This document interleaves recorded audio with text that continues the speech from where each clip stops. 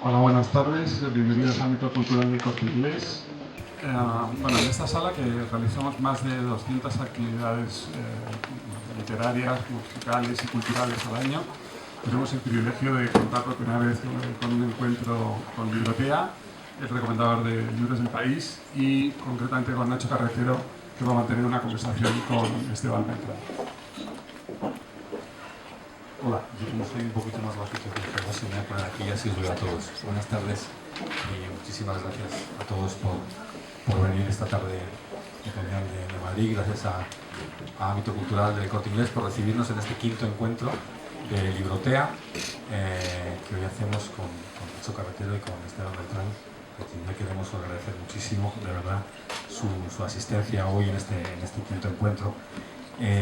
Bueno, a Nacho además darle la enhorabuena en partida doble porque ayer justamente el libro Fariña obtuvo el premio Ondas de la serie basada en el libro, obtuvo el premio Ondas de Cadena Ser y bueno, quizás por encontrar un paralelismo entre un libro y otro, que es a lo que me quería referir, son dos libros que están basados en injusticias mantenidas durante mucho tiempo y que quizás por eso se convierten en una doble injusticia, ¿no? Como ocurre en el caso de Pablo Ibar.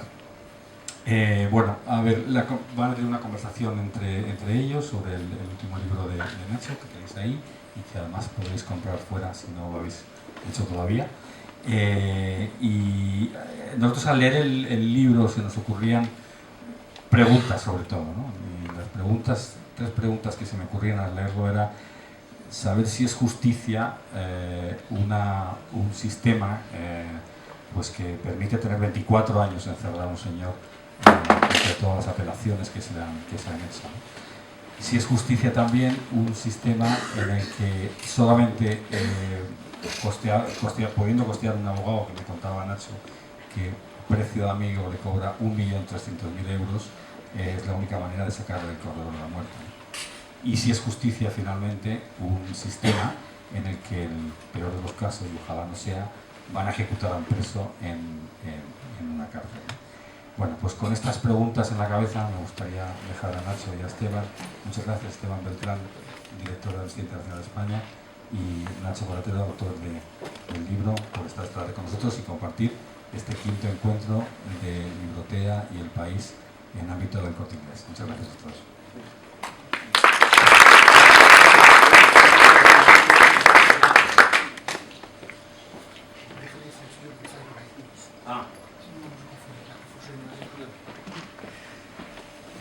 Hola, bueno, muchas gracias a todos por estar aquí y es un privilegio ser el protagonista de Librotea, gracias al Corte Inglés también y sobre todo gracias a Esteban porque, bueno, para muchos periodistas, sobre todo para periodistas que durante muchos años hemos hecho temas sociales, todo tipo de reportajes relacionados con problemas sociales, Amnistía es una referencia y además siempre de gran ayuda.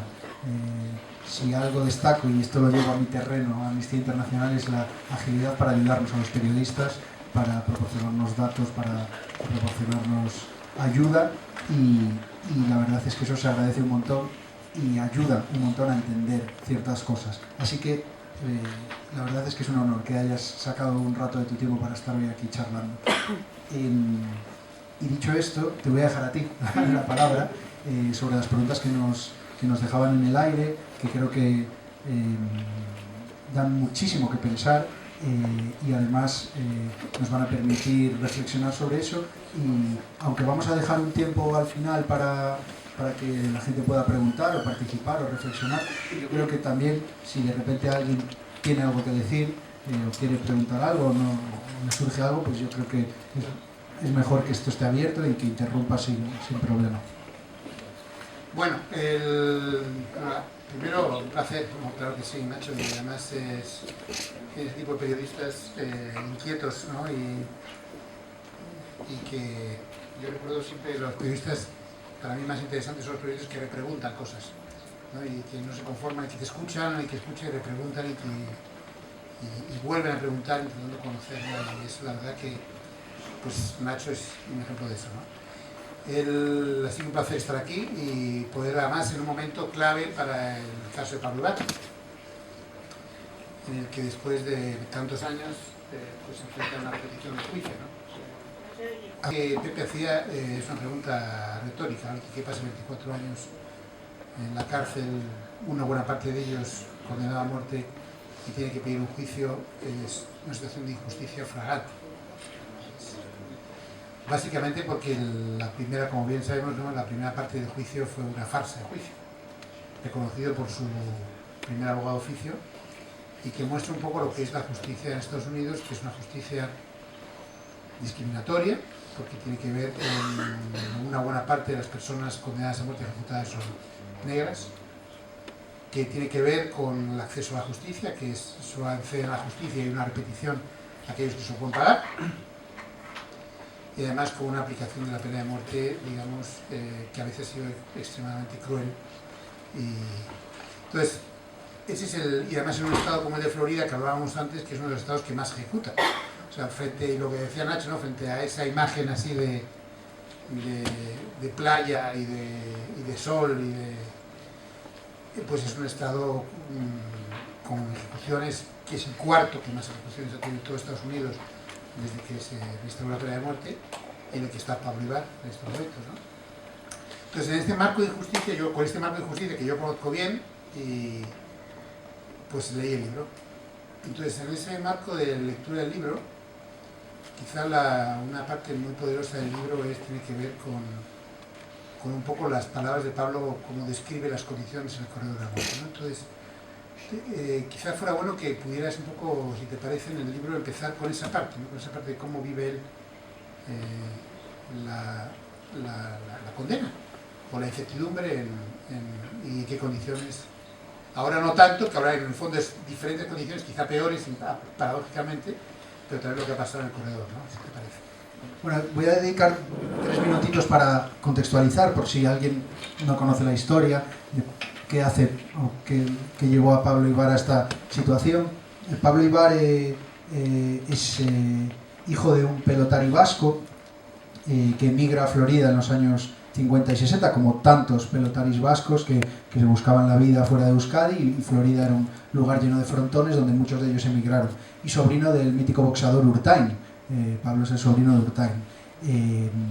Pablo tuvo una infancia, nada extraordinaria, una infancia normal, como cualquier chico de clase media en Miami, sin ningún trauma, sin ningún problema. Es verdad que cuando llegó a la adolescencia, sobre todo a la posadolescencia, cuando tenía 19, 20 años, pues no frecuentaba buenas compañías, él mismo, en un ejercicio de honestidad, porque claro, decir que no eras un ejemplo pues en una situación tan delicada como la de Pablo, pues no es lo más adecuado, pero él hace un ejercicio de honestidad y asegura que cuando tenía 20, 21 años pues frecuentaba malas compañías, trapicheaba, se metía en líos, en fin, pero de ahí a un asesino hay un trecho muy amplio, como dice. En 1994 lo detienen por otro asunto, una cosa un poco turbia, una discusión entre chavales en una casa, aparece la policía, detiene a varios de ellos, entre ellos a Pablo, y cuando está en comisaría, el detective tiene una imagen, una captura de una cámara de seguridad que ha registrado un asesinato en una casa días antes. Esto es un asesinato que se produce de madrugada, entran 2 personas en una casa donde está el dueño de un club nocturno con antecedentes por narcotráfico, amenazado, y está con 2 chicas, y entra estos 2 individuos, les pegan y les acaban matando para robar. Uno de esos individuos lleva una camiseta que le cubre el rostro, y en un momento, cuando ya los ha matado, se quita la camiseta, se seca el sudor y deja la camiseta ahí, y se van. Cuando la policía llega, mandan obviamente esta camiseta a un laboratorio y cogen las grabaciones de una cámara de seguridad que este hombre, el asesinado, había instalado en su salón. Las imágenes, cuando este chico se quita la camiseta, ofrecen el rostro de un individuo que se ve en blanco y negro, se ve borroso, se ve con una calidad muy baja, pero que efectivamente se intuye un parecido con Pablo Ibar. Y el detective considera que este parecido es definitivo prácticamente, y le acusa de triple asesinato a Pablo cuando está en comisaría detenido por otra cosa. De hecho, los interrogatorios todos ya giran en torno al asesinato sin que a Pablo le digan que le acusan de asesinato, sino que le empiezan a preguntar cosas que él no entiende muy bien por qué y las responde. También le piden permiso para mandar su ADN al laboratorio para cotejar, pero tampoco le explican por qué. Y cuando llegan todas las pruebas de ADN, que son una de las piedras angulares de este asunto, todo da negativo. Pues el sudor que empapaba esa camiseta no coincide, los pelos, la sangre, las huellas dactilares, las pisadas, nada coincide con Pablo, es decir, el caso se queda sin pruebas físicas, pero aún así la policía y la fiscalía deciden seguir adelante y formalizan la acusación. Una acusación que, desde un punto de vista jurídico, no parecía tener demasiado recorrido, porque sin evidencias físicas, pues que era virtualmente imposible salir de ese escenario sin dejar un solo rastro de ADN, y con un vídeo borroso en el que es imposible asegurar que sea Pablo Ibar, pues parecía que no tenía jurídicamente demasiado recorrido. Pero ocurre otra de estas... ocurre otra de... Qué micro más raro. Ocurre otra de estas cosas que convierten esta historia en una historia digna de tener forma de libro, en una de estas cosas que convierten este relato por momentos en un relato que parece ficción, aunque desgraciadamente para Pablo no lo es. Y es que el abogado de oficio que le asignan es un absoluto desastre, hasta el punto de que no solo es incapaz de hacer una defensa adecuada, sino que acaba enganchado a medicamentos, acaba con una enfermedad crónica y acaba detenido por agredir a su mujer. Hay una escena, que yo reflejo en el libro también, que yo creo que resumen qué tipo de defensa tuvo Pablo Ibar. Un día lo llevaban al tribunal, esposado, y cuando entraba en el tribunal vio salir a su abogado también esposado, y se cruzaron. Esa es la defensa que tuvo Pablo. Obviamente él solicitó un cambio de abogado, denunció que estaba padeciendo indefensión, e incomprensiblemente se lo negaron y mantuvieron a este abogado. El resultado de un Estado con un sistema judicial conservador y no tener una defensa adecuada fue el que nadie podía imaginar en este caso, fue que le condenaron a muerte, en un momento en el que además Florida no era uno de los 3 estados que no exigía unanimidad en el jurado popular para condenar a muerte. O sea que a Pablo lo condenaron con 9 votos a favor y 3 en contra. Había 3 personas del jurado que tenían dudas razonables y aún así lo mandaron al corredor de la muerte, algo que a mí también me sorprende. Bien, pues a partir de ahí, en el año 2000, ingresa en el corredor de la muerte y empieza una carrera contrarreloj de apelaciones y recursos. En 2006 se lo deniegan, en 2012 se lo vuelven a denegar y por fin, en 2016, el Tribunal Supremo de Florida admite que Pablo fue condenado con pruebas escasas y débiles y que además no tuvo una defensa adecuada, que es un derecho básico, y admite repetir el juicio. Pablo es trasladado a una prisión común, en la que paradójicamente las condiciones son peores, porque no tiene régimen de visitas, lleva 2 años sin ver a la familia, y el pasado 1 de octubre arrancó el juicio. Se supone que va a ser un juicio justo, por lo menos Pablo ya tiene un abogado de garantías, también lo está pagando, $1.300.000, y durará unos 3 o 4 meses a partir de ahora. Lo que vaya a pasar es una incógnita. Digamos que el escenario jurídico sigue siendo totalmente favorable a él. Digamos que si esto ocurriese aquí, probablemente todos apostaríamos a que saldría inocente porque no hay por dónde agarrarlo. Pero ya nadie se fía ni del sistema, ni del jurado, ni del juez, ni del fiscal. No en el mal sentido, sino que es completamente impredecible lo que puede ocurrir. Y este es el escenario que ahora mismo vive la familia y el propio Pablo. Y a partir de ahí, a mí y a muchos lectores, pues le surgen un montón de preguntas que yo creo que podemos plantear aquí y que a mí me interesa especialmente formularte y que tú reflexiones en voz alta. La primera de todos es la concepción de la justicia.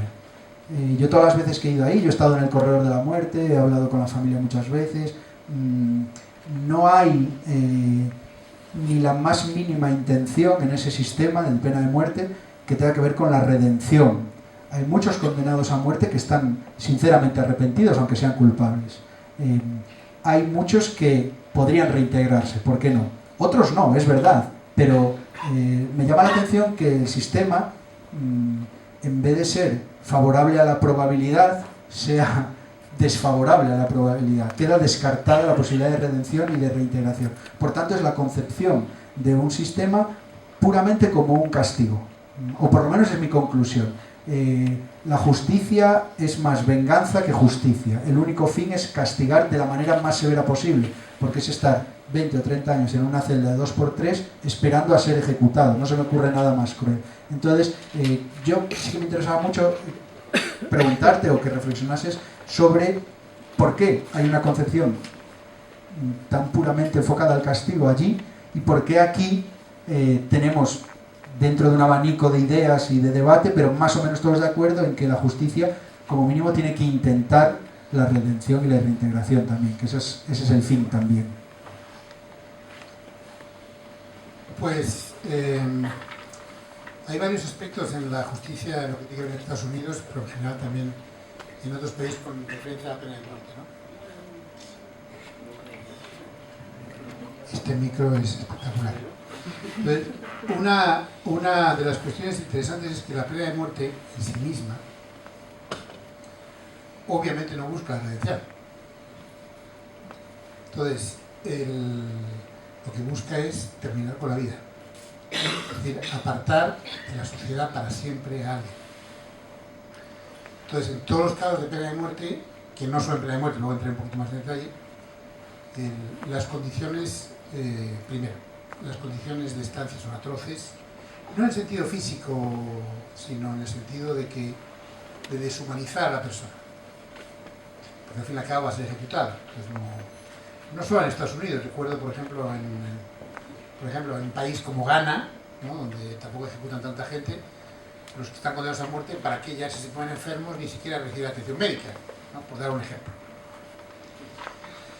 En segundo lugar, digamos, por lo tanto, el paradigma de la pena de muerte. ¿Cuál es el paradigma? ¿Para qué tiene sentido para los que defienden la pena de muerte? Tiene sentido porque es algo ejemplar. Entonces, la única forma de hacerlo ejemplar es hacerlo cruel. En Estados Unidos los mantienen durante muchos años en corredores de la muerte, en condiciones muy difíciles, en aislamiento varias veces, o deshumanizados. En Japón, por ejemplo, nunca avisan a la familia de cuándo va a ser ejecutado. Yo recuerdo un caso especialmente dramático y que no me he podido olvidar, que es el caso de un señor que se llama Hakamada, también boxeador, que estuvo en un corredor de la muerte en Japón 50 años. Y cuando salió del corredor de la muerte, estaba completamente con un trastorno mental irrecuperable. Y en Japón es especialmente cruel, porque además la ejecución, como no te avisan, puede ser en cualquier momento, a diferencia de Estados Unidos, que por lo menos tú sabes que hay unas apelaciones y un sistema. En Japón puede ser cualquier día. Entonces el sistema, en general sobre pena de muerte, está encaminado a una venganza y a ser ejemplar. Siendo inútil, porque todo el mundo sabe y las cifras son claras, la pena de muerte nunca hace que haya menos delitos o que, en fin, no, la historia es así. Y de hecho la historia del mundo, que es una cosa positiva también que la gente entienda, es que va en sentido contrario. En el año 77, por dar una cifra, había 16 países que eran abolicionistas, y hoy estamos hablando de 142. Por tanto, la tendencia es que no haya pena de muerte. Y en Estados Unidos, además del sistema de pena de muerte, hay un sistema especialmente de castigo. El ejemplo más claro es el de los menores de edad. Hay miles de menores de edad condenados a cadena perpetua sin revisión judicial. O sea, gente ha cometido un delito a los 14 años y espera pasar toda su vida en la cárcel sin que nadie revise cómo está. Porque la clave para entender una justicia de redención o de rehabilitación es que haya revisiones periódicas. Cuando no hay revisiones periódicas, es simplemente una justicia retributiva y de venganza. Y eso es lo que ocurre en mi primer Estados Unidos, y no sé si es lo que tú percibiste cuando visitas a Pablo, cuando estuviste allí y sentiste cómo en realidad todo va encaminado a que la persona tenga un trastorno mental. De hecho, en el libro hablas de casos de trastorno mental. Pasa y todo es una crueldad, no puedes abrazar, no puedes tocar, todo va encaminado a algo que es aislarte hasta conseguir matarte o asesinarte de forma legal, que es la pena. Pues una cosa que a mí me llamó mucho la atención cuando visité el Corredor de la Muerte por primera vez es que, bueno, vas con una idea un poco de preconcebida de que lo que más te va a impactar de ahí son las historias de violencia, de supervivencia que hay dentro del corredor, las pandillas. Y es curioso porque, primero, me explicaron algo que me costó entender, pero que hay menos violencia que en una prisión común porque se genera una especie de camaradería de gente que sabe que van a morir. Esto no significa que no esté exento de violencia y que por supuesto haya personajes ahí dentro que provocan pánico. Pero no fue eso lo que a mí me llamó la atención. Cuando empecé a hablar con Pablo y me empezó a contar lo más impactante de ahí dentro, era efectivamente ver cómo la gente perdía literalmente la cabeza, como reos que entraban y mantenían una conversación, una coherencia, una fuerza mental, pues al cabo de un año ya los veías por el patio vagar, idos, ya no podían mantener una conversación, porque la gente ante un escenario en el cual saben que les quedan 15 o 20 años de vida encerrados en una celda de 2×3 y que finalmente van a ser ejecutados, pues pierden absolutamente la cordura. Y además hay grados, pues hay gente como Pablo que tiene ya no la fortuna, sino que para él es fundamental una familia que le visita cada semana, que durante los años que estuvo en el corredor le visitaba cada semana, y eso para él era el motor para seguir adelante. Una mujer, un padre, un hermano, toda una familia que le arropaba y le daba sentido a su vida. Pero él me contaba que había gente que durante 15 o 20 años no había recibido una sola visita. Es más, había violadores y gente que abusó de menores, que nunca había salido de la celda, porque como saliesen iban a tener problemas. Igual había tipos que llevaban ahí 15 años metidos en una celda. Y a mí eso me pareció muy impactante. Me pareció que habla de una dimensión que a veces no nos paramos a pensar, de unas consecuencias que no nos paramos a pensar, porque desde luego, más allá de la violencia o de lo que pudiera generar, es lo que tú dices, la privación de la libertad, el que una persona durante 20 años no pueda decidir absolutamente nada. Y el propio Pablo, y yo lo pongo en el libro, lo explica que él llevaba 16 años sin decidir abrir una puerta o mover una silla. Él no decide nada. Cosas banales que decidimos por cientos cada día, pues si hoy como un poco más tarde o antes, si hoy me apetece que la ventana esté entreabierta o cerrada, tonterías así, él lleva media vida sin decidirlas. ¿Cómo afecta eso a una cabeza? ¿Cómo afecta? Por supuesto, a esto le queda todo un epílogo, que es que si Pablo acaba saliendo libre, tiene que aprender a vivir otra vez. Y luego, otra cosa que a mí me hizo descubrir esta historia es que desde luego un castigo tan cruel no es solo para el condenado. El castigo es para el condenado y para la familia.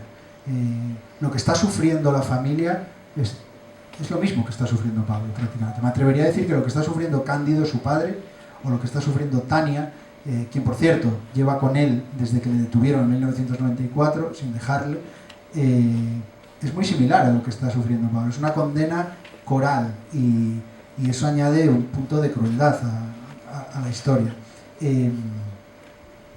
Recuerdo hace unos años haciendo un reportaje en Bielorrusia, que es el único país en Europa que tiene pena de muerte, que también me contaba la madre de un chico al que ejecutaron que no avisaban, que le ejecutaban en cualquier momento, y a la familia tampoco le dijeron nada. Ella a los 2 meses le llegó una carta del ministerio de no sé qué, explicándole que su hijo había sido ejecutado y que tampoco le iban a devolver el cuerpo nunca. Ella no sabe dónde está el cuerpo. Entonces son como dosis de crueldad añadida a la que yo no termino de encontrarle ningún sentido a esto.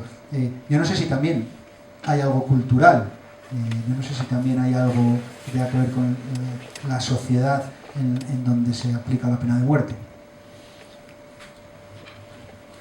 Yo creo que tiene poco de cultural. Yo me resisto a llamar a demasiadas cosas culturales de este tipo, ¿no? La cultura merece un lugar mejor que ¿no? Que pensar que la crueldad... No, eso tiene que ver con gobiernos y tiene que ver con los carceleros, tiene que ver con los verdugos, ¿no? Que aplican la pena de muerte. Lo que pasa es que es verdad que en determinadas circunstancias, y la pena de muerte es un caso, se asume, en ciertos países se asume casi con normalidad, ¿no? No sé, el otro día vi en la película El Verdugo, ¿no? Esta de Berlanga, como impresionante normalidad de la ejecución y cómo el que va a ser el nuevo verdugo dice, está horrorizado, pero el resto, su padre que fue verdugo. Entonces, eso ocurre a veces en violación de derechos humanos, que los verdugos, cuando están cobijados por el Estado, tienen una misión de normalidad. Entonces, es muy... Entonces, eso pasa en los casos de condenados a muerte, ¿no? Y cuando alguien se revela frente a eso, es cuando es excepcional. Lo hablábamos antes de entrar, ¿no? O sea, uno ve quien está con condenados a muerte, quien ha visto La Milla Verde y todas esas películas, quien ha visto Pena de Muerte, ve un poquito lo que son los funcionarios, ¿no? Y que hay de todo. Pero hay un funcionario que con él, le llamamos la amnistía del funcionario 96.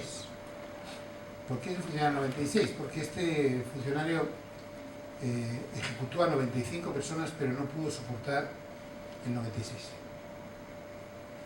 Y en ese momento, hablando con él, hay un documental sobre él, sí. Y él ahora se ha convertido en una persona que trabaja por la abolición de la pena de muerte, ¿no? Y se dio cuenta de que su vida no tenía sentido, que en realidad todo lo que le había dicho el Estado, de que en realidad colaboraba, que hubiera menos delitos, que hubiera menos delitos, no. Y cuando le quitas utilidad a algo tan cruel, solo queda la crueldad. Cuando algo es consciente de mirarse a sí mismo más allá de lo que es su día, pues al final se encontró que su vida era vacía. Y los verdugos, cuando son cobijados dentro de una estructura, pues son contra una tribu. Yo me pregunto ahora, por ejemplo, que no es pena de muerte, es más bien ejecución extrajudicial, ¿cómo se sintieron de cobijados estos que descuartizaron al opositor en la embajada, en el consulado, que presuntamente descuartizaron? Se sintieron cobijados, porque para hacer ese tipo de cosas uno necesita estar muy cobijado. Entonces, ahí es para mí el elemento que a mí o sea, la normalidad del verdugo. Y también me maravilla esos verdugos que son capaces de separarse, ¿no? y de mirar más allá. Una parte del libro que a mí me gustó mucho es la parte del libro que tiene que ver con el impacto de la familia, ¿no? Porque es verdad que en caso de condenas a muerte, en caso de desapariciones, cuando no hay soledad, cuando hay familia, cuando hay la estigmatización, ¿no? O sea, en el libro hablas también de, por ejemplo, Tania habla de que a veces no lo hablaba con la gente, lo que ocurría con Pablo, porque, claro, no tiene el pedigrí de un preso de conciencia, de alguien detenido por motivos políticos, que a veces ayuda en determinadas circunstancias. Es alguien que está condenado por haber asesinado, o porque haber dictado un juez que había asesinado. Los hermanos estropean negocios, cómo le afectan el día a día. Cómo afecta. A mí esa parte del libro me parece muy interesante porque eleva la onda expansiva, o extiende la onda expansiva en los familiares, y cómo lo sufren, sabiendo además, porque Tania además lo sabe, que él es inocente, porque estuvo con ella cuando ocurrió. Entonces esa indignación, eso me gustó mucho, esa parte del libro. Más allá de lo ético, hay una parte pragmática,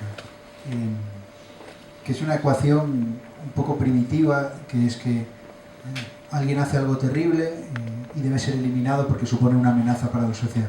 Pero por el medio hay muchas cosas. La naturaleza humana es mucho más compleja que eso. Incluso el monstruo más cruel puede cambiar. Eso es así, puede cambiar. Otra cosa es que no le perdonemos, no lo aceptemos, pero el cambio sincero puede ocurrir. Hay un documental que ahora está en Netflix que se llama I Am a Killer, y son 10 entrevistas con 10 condenados a muerte. A mí me pareció espectacular. Son 10 entrevistas a tumba abierta. 10 condenados que hablan de lo que hicieron, y son 10 perfiles muy interesantes, porque hay desde el que no se arrepiente, hay el que intenta maquillar para quitarle importancia a lo que hizo e intentar como utilizar en la entrevista para su defensa, y luego hay personas que transmiten sin ningún gramo de duda un arrepentimiento vital. Un chico que ahora tiene 40 y tantos años, que asesinó a otro chico a golpes cuando tenía 18 o 19 años, y explica que ahora es otra persona y que está dispuesto a pagar lo que haya que pagar por lo que hizo, y lo asume como tal.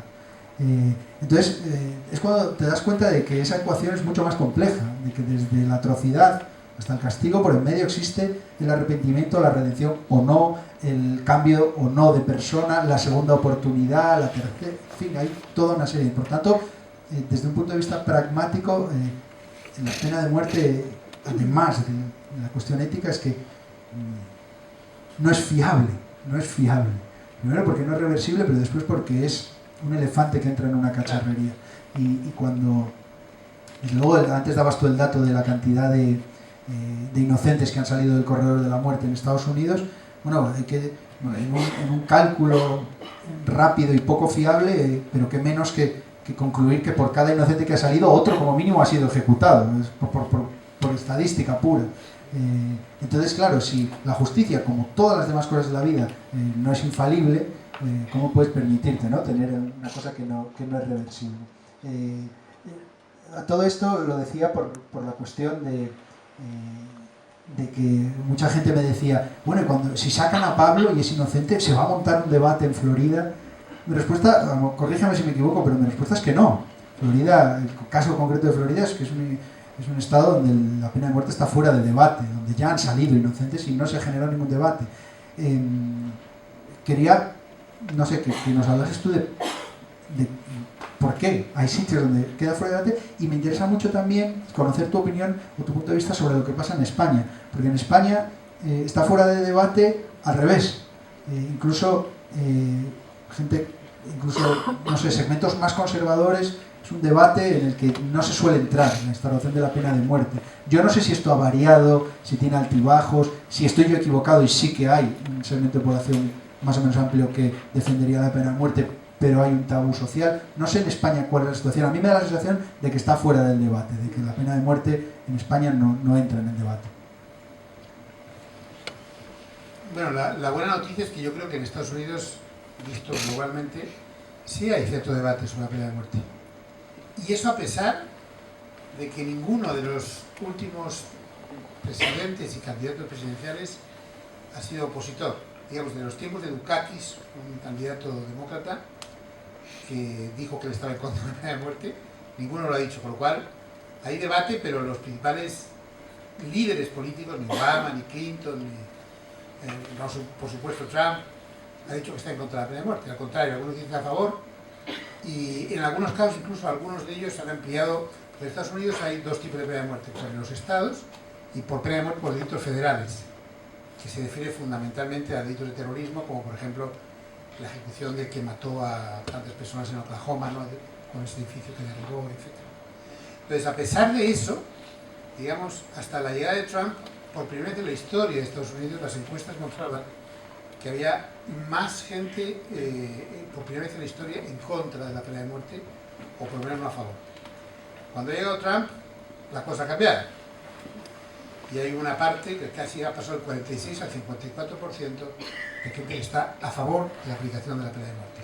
Lo cual muestra algo que es interesante y que va a la parte de España, y es que cómo el Estado habla de la pena de muerte y el gobierno de turno tiene un efecto directo sobre las poblaciones. Entonces, por ejemplo, en España no hay ningún partido, incluso de cualquier tipo extremista, que haya dicho que está a favor de la pena de muerte. Entonces eso al final, y durante varios años, eso al final permea a la sociedad. Obviamente se está también en un contexto europeo en el que, excepto Bielorrusia, nadie está por mantener la pena de muerte, no hay un discurso de aplicación, no hay camino para hacerlo. Por lo tanto, yo creo que en España en estos momentos, incluso con el recogida de firmas por crímenes horribles que han ocurrido en España, ninguno de los familiares ha hablado incluso de pena de muerte, ha hablado de cadena perpetua, pero no de pena de muerte. Yo creo que es un debate, está fuera del debate. Como todas las cosas en derechos humanos, los que llevamos años en esto, pensamos que los logros en derechos humanos, bueno, la buena noticia es que los retrocesos no son para siempre, la mala noticia es que los logros tampoco. Entonces, nunca se sabe si va a volver, pero en el momento yo creo que está fuera de toda aplicación en la pena de muerte, y yo creo que la tendencia mundial además es de... Pero en Estados Unidos sí hubo debate, y hay debate.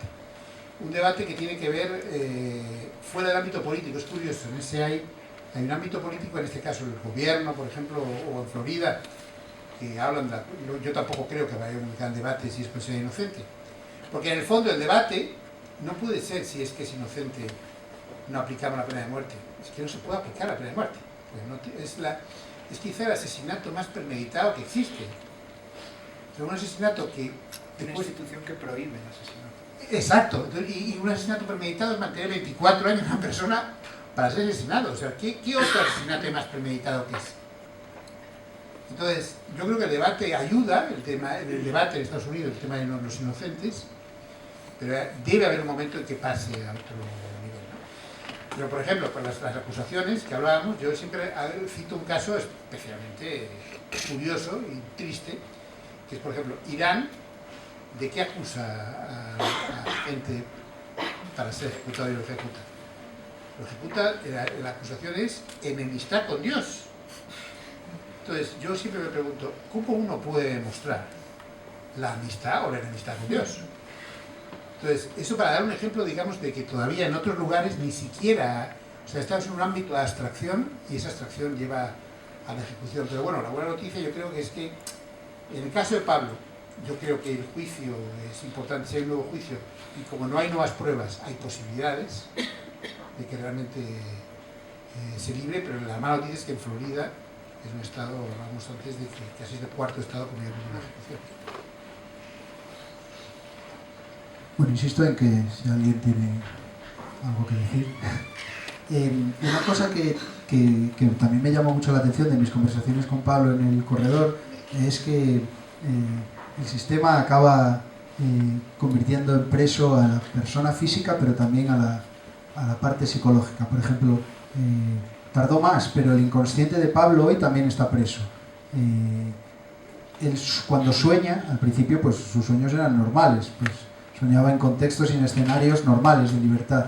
Pero desde hace unos años, cuando sueña, está encerrado también. Y si sueña que está libre, siempre en el sueño alguien lo interrumpe. Un guardia que le dice que tiene que volver a la celda o alguien que le recuerda que está encerrado. Eso es que el inconsciente ya aprendió, digamos, en una dimensión muy primaria, muy básica. Pablo es un animal que ya aprendió que vive encerrado, que su existencia es encerrado. Y eso es tremendo. Y eso tiene por delante un trabajo brutal. A Pablo le va a tocar aprender a vivir. Y todo esto en un sitio donde además es paradójico o es llamativo, y aprovechando que estás tú aquí y que Amnistía, en representación de Amnistía, a mí me interesa mucho, en un sitio donde no es el peor sitio. Estados Unidos, dentro de la crueldad, tiene unos estándares, tiene unas garantías. Si alguien enferma, le curan, porque la ejecución tiene que ser la ejecución. Es verdad que hubo, que si quieres también podemos hablar de eso, de esos problemas con las inyecciones hace unos años, con el cóctel que les inyectaban, que se formó ahí una tremenda, pero bueno, digamos que dentro de hay estándares que, bueno, hablabas de Ghana, hablábamos en China, no se sabe muy bien lo que está pasando. No sé si podrías contarnos un poco hasta dónde llega esta crueldad en algunos sitios y si Estados Unidos efectivamente es el extremo de este asunto o hay casos más preocupantes. No, hay casos más preocupantes. La crueldad en la aplicación de la pena de muerte es innata, digamos. Hay, por ejemplo, en realidad muy poca gente sabe que en España la pena de muerte no se abolió de forma definitiva, porque la Constitución mantiene que la abolida la pena de muerte salvo lo que dispongan las leyes penales militares en tiempo de guerra. Atención al dato. Entonces, en fin, es improbable, casi imposible, pero está. Pero ahí, en esas leyes militares, si uno lee el Código de Justicia Militar, que fue cambiado en el año 95, el Código de Justicia Militar hablaba exactamente de lo que el reo condenado a muerte debía recibir en su último día. Y entonces debía recibir por la comida que debía recibir, o sea, es todo especialmente cruel, ¿no? Para mí una de mis experiencias más, igual que la tuya con Pablo Ibar, una más dramática fue estar en un corredor de la muerte en Guatemala, en donde un vicepresidente, que me acuerdo de él porque tiene paradójicamente el nombre de Salvador, ¿no? Nos enseñaba lo que era el lugar donde estaban los condenados a muerte, ¿no?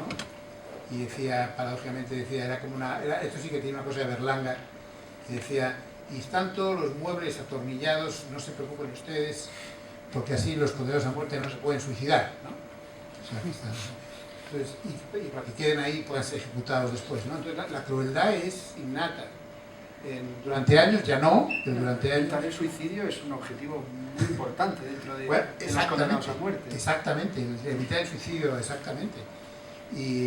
Pero claro, es una cosa completamente paradójica, ¿no? Me vas a matar tú, déjame que lo mate yo, no te suicides tú, no vaya a ser, ¿no? Pero en Irán, por ejemplo, hay menores condenados a muerte, se cuelga en grúas, en Arabia Saudita se utilizan todavía las cimitarras, en fin, es que hay, claro, todavía hay una serie de países donde las ejecuciones pues no tienen ningún tipo de garantía, ningún tipo de cuestiones, pero aún así, o sea, yo soy optimista incluso en esos países, ¿no? Por ejemplo, China, que ejecuta miles de personas cada año. Sin embargo, considera que la pena de muerte es un secreto de Estado. Cuando un gobierno considera que la pena de muerte es un secreto de Estado, entonces, ¿dónde queda la cosa ejemplar? Si ya no son públicas, ¿qué queda la cosa ejemplar? Entonces, en el fondo, yo creo que va perdiendo la batalla, y yo creo que eso es algo que... Y en el caso de Estados Unidos, la crueldad que tiene es no sé si estás de acuerdo, en el libro a mí me impresiona mucho la medición, todo lo que hablas del inconsciente es muy interesante, porque claro, los sueños, la gente que nos haga de las celdas, el contacto limitado con tus semejantes, toda esa parte que describes en el libro también, a mí me parece que le añade esa parte de crueldad, ¿no? Tiene más garantías, pero en el fondo es una farsa, porque al final la pena de muerte no puedes tener garantías, porque al final ejecutas a alguien, matas a alguien y se acabó. Bueno, nos avisan que quedan 5 minutos, entonces no sé si alguien quiere decir algo o callar para siempre. Nacho, has comentado que en el caso, vamos a decir probable, que sea exonerado del delito, se le compensaría económicamente, lo contempla la ley americana, también va para el señor Beltrán. Bueno, que Esteban me corrija, pero no tiene por qué. Si sigue, digamos, un proceso judicial que ellos consideran normal, es decir, siguió un camino judicial mediante apelaciones y al final resulta no culpable, la justicia considerará que se siguió un proceso, un protocolo normal y no será indemnizado. No sé si me equivoco o no.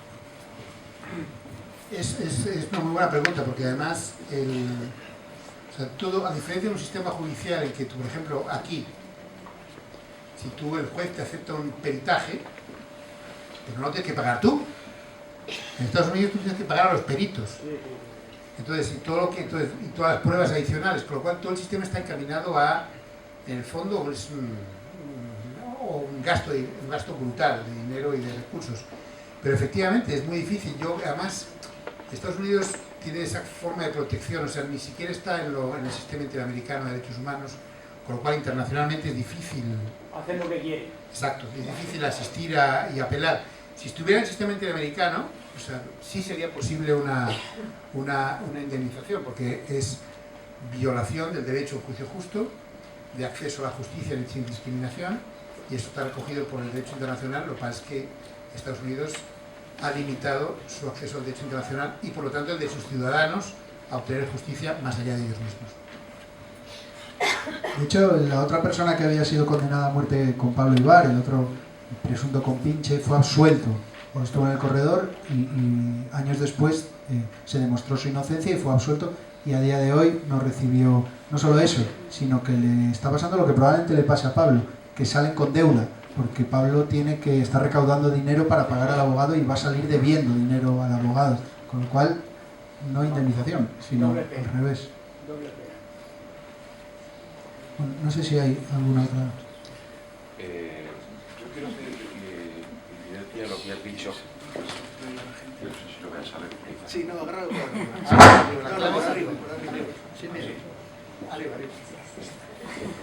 Yo quisiera incidir en lo que has dicho de que si logra Pablo Ibar salir va a tener que reconstruir su vida totalmente. Yo hace años recuerdo que otro español estuvo en el corredor de la muerte y logró salir. ¿Sabéis, o sobre todo Esteban, cómo ha evolucionado este señor? Creo que habla de José Joaquín, ¿no? Sí, ahí actualmente hay, que muy desconocido, 4 españoles. condenados a muerte. Yo hablo de un chico joven, moreno. Joaquín José Martínez. Sí, él vive aquí en Valencia, y seguimos en contacto con él, y nos acompaña. Se ha convertido su vida en una parte de lucha contra la pena de muerte. Está bien, está trabajando, pero él pasó 4 años, o sea que es una cantidad de capricho de tiempo, pero nada comparado con lo que tiene Pablo. Y luego hay una persona que es de nacionalidad egipcia, española, mitad en Egipto, hay otro español en Tailandia y otro boliviano español en Malasia. Ahora mismo hay 4 personas con nacionalidad española condenadas a muerte, pero Juan José está bien. Él tuvo muy mala suerte, sobre todo su familia. El gran valedor de Joaquín José durante tantos años fue su padre, que fue padre coraje, digamos, en el sentido que nos entendemos todos. Y justo cuando salió murió atropellado. La mala suerte, cuando vio a su hijo recién salido, murió atropellado, tuvo mala suerte. Pero él está muy bien y él sigue trabajando y ha hecho su vida, tiene varios hijos.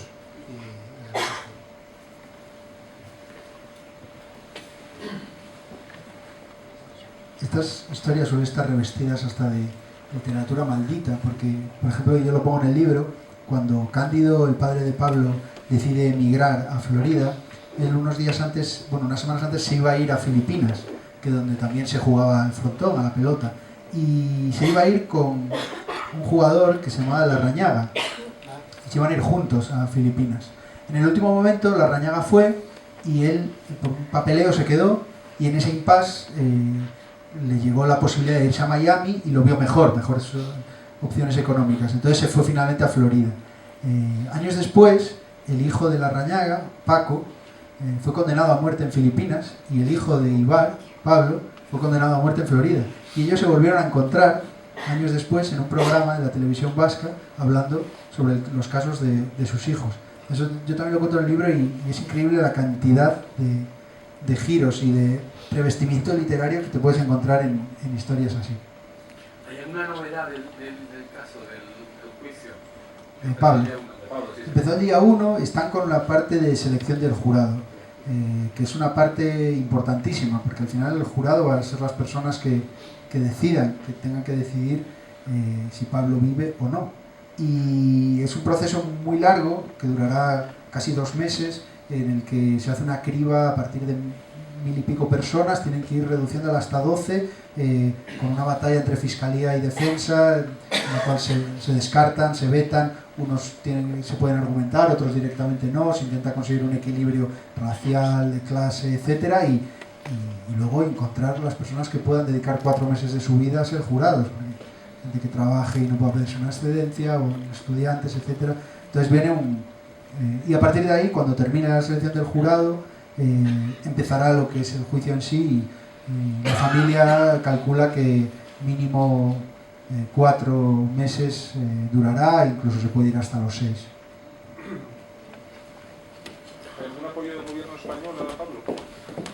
Sí, Esteban puede responder mejor, pero si no me equivoco, el Estado español tiene asignado una partida de ayuda, al ser un Estado oficialmente en contra de la pena de muerte. A los ciudadanos españoles que pasen ese proceso reciben una ayuda.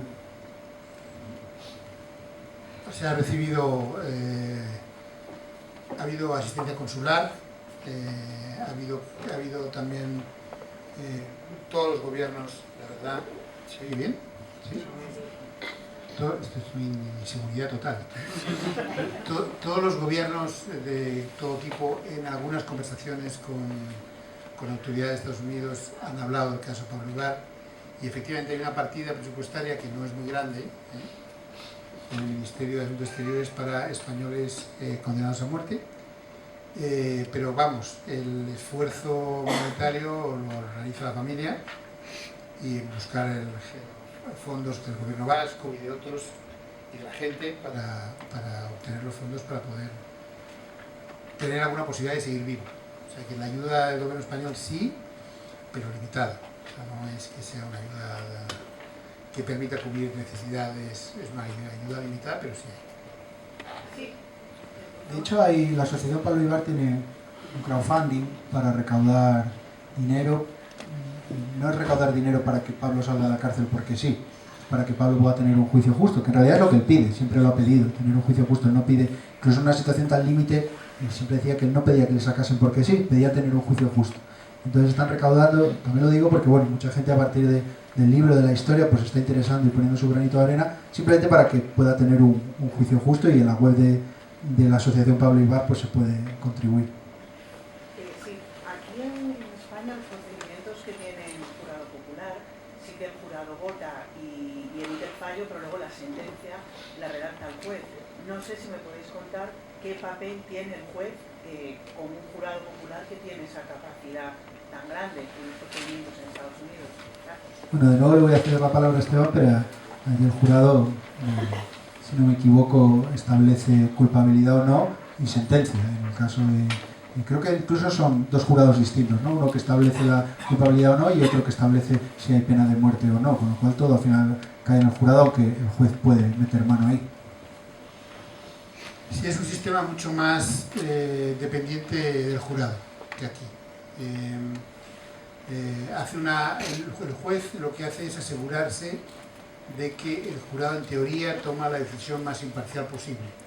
Es el elemento, y según una serie de garantías procesales y permite pues todo lo que es la dinámica y el proceso del juicio, pero al final el jurado decide, y como bien hemos visto antes, Florida es uno de los estados donde no necesitas unanimidad, ¿no? La célebre película esta de 12 hombres sin piedad pues muestra que necesita unanimidad, pero no en el caso de Pablo. En el caso de Pablo, en el caso de Florida, puede ser por mayoría, lo cual añade todavía mayor incertidumbre a la cuestión, ¿no? Y en cierta manera dificultad. No, el jurado realmente tiene un nivel de presencia abrumadora, tanto en la selección, o sea, aquí no hay un juicio que dure de 3 a 6 meses, ¿no? Casi es un trabajo ser un miembro del jurado, o sea, no es... y además están aislados, y en fin, y hay toda una de las cuestiones, por ejemplo, que desacreditan a alguien de ser miembro del jurado, es si alguien está en contra de la pena de muerte. Entonces, ese es un elemento que hace que descalifica y elimina a gente del jurado. Entonces hay... Pues claro, se asume tan normal que uno pueda estar a favor o en contra de la pena de muerte, así como en la sociedad, pues que es curioso que a veces sí que, o sea, lo que quiero resaltar también es que todo este entramado, en el fondo, de aparentes garantías procesales no es así. O sea, todo este entramado de aparentes garantías procesales, al final, lo que hace es depositar un enorme peso en la investigación de la policía, donde no hay una fiscalía correctora realmente de la labor de la policía, donde el sistema de garantías reales en cuanto a pruebas no son tales, porque no hay forenses independientes, sino que son peritos de parte, y todo este aparente entramado de garantías procesales no es tal. Y en el fondo, muchos de los juicios son juicios injustos según los estándares internacionales. ¿Los que se presentan al jurado son voluntarios o llaman? No, los llaman. Los llaman. Sí. La primera vez que Pablo habló contigo, ¿cómo se propone? ¿Culpable o inocente contigo? No, Pablo siempre se declaró inocente desde el segundo uno.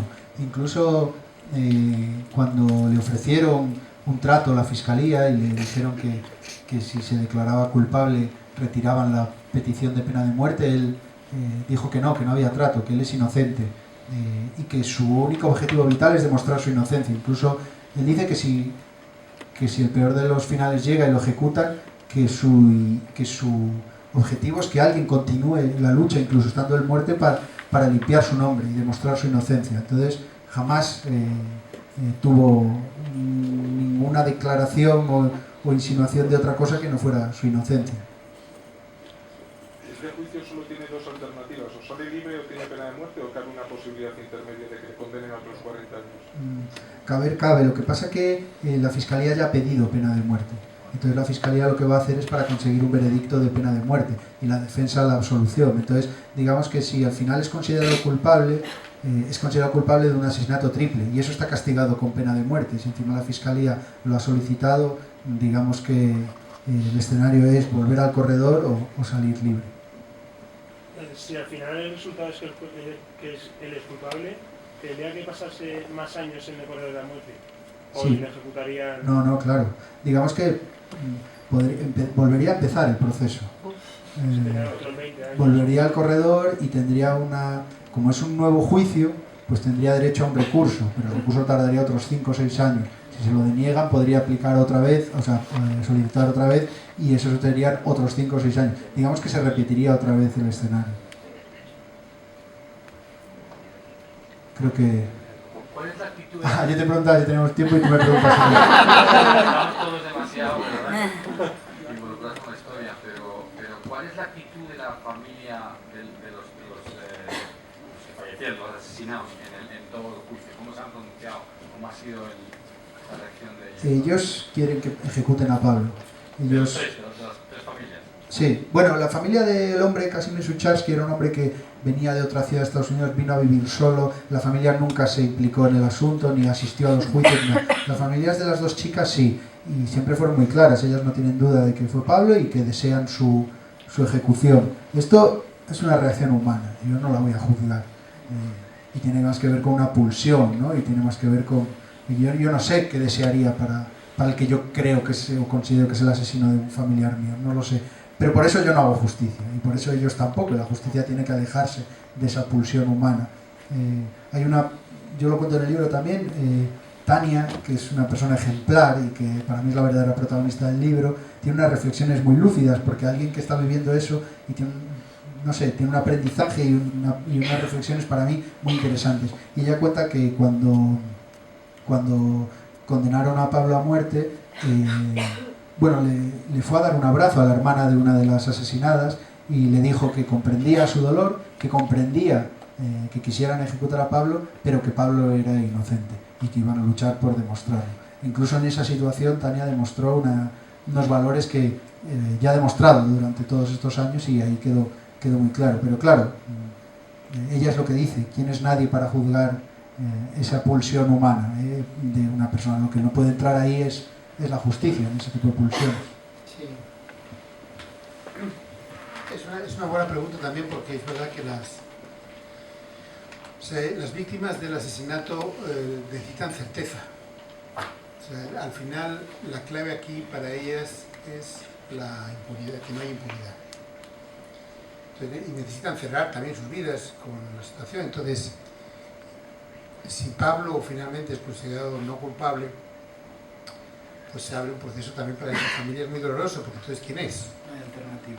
¿Qué alternativa hay? ¿Cómo cierro mi vida con la gente que asesinó a los seres queridos, ¿no? Entonces, o sea, la clave de todo un proceso que tiene que ver con derechos humanos y todo eso es cerrar el círculo.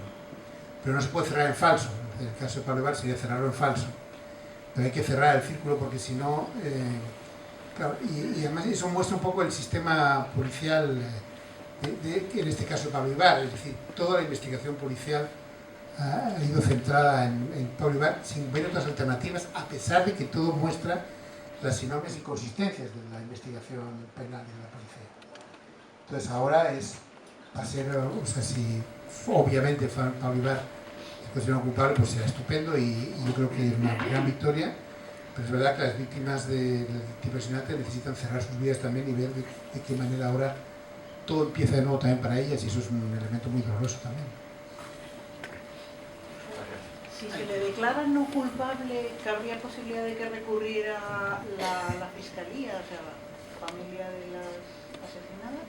Yo entiendo que sí. Son preguntas ya un poco técnicas, pero entiendo que sí, que cabría recurso por las dos partes, por la defensa y por la Fiscalía. Lo que no sé es qué recorrido tendría un recurso de la Fiscalía, pero desde luego sí que cabe, sí. Pero en ese caso, en ese caso Pablo ya estaría fuera, ¿no? Sí, claro. Esperaría el recurso, pero lo esperaría fuera. El hecho que cuando detuvieron a Pablo llevaba poco tiempo en Estados Unidos, era español... No, Pablo nació en Florida. En Florida, por eso.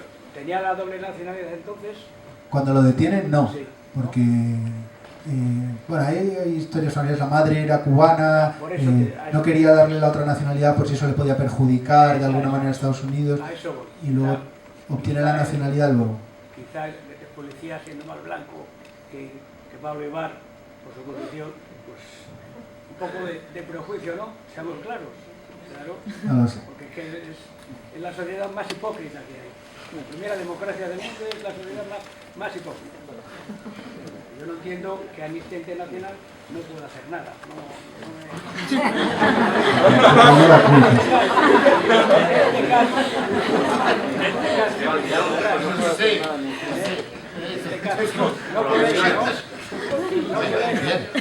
Bien, sí. Que no puede hacer algo, digamos, pues estamos intentando que no nos maten, digamos, pero, claro, en fin, tampoco vamos a poner un comando ahí, ¿no?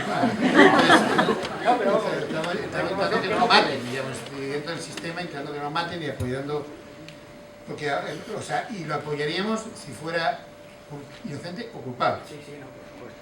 Y este es el punto fundamental si uno está en contra de la pena de muerte, ¿no? Porque es como el racismo, ¿no? Yo estoy tal, pero estos son, ¿no? Pero pues esto, hay que estar en contra de la pena de muerte, nosotros lo pensamos y lo hubiéramos hecho en el caso Polivar en cualquier caso, pero además aquí está que el juicio y la investigación policial. Hablabas antes en el libro, por ejemplo, de la investigación policial y cómo es insólito, cómo interrogan a Pablo sin abogado durante las primeras partes. O sea, que en Estados Unidos se puede hacer legalmente, pero eso muestra que hay un sistema que no es bueno legalmente.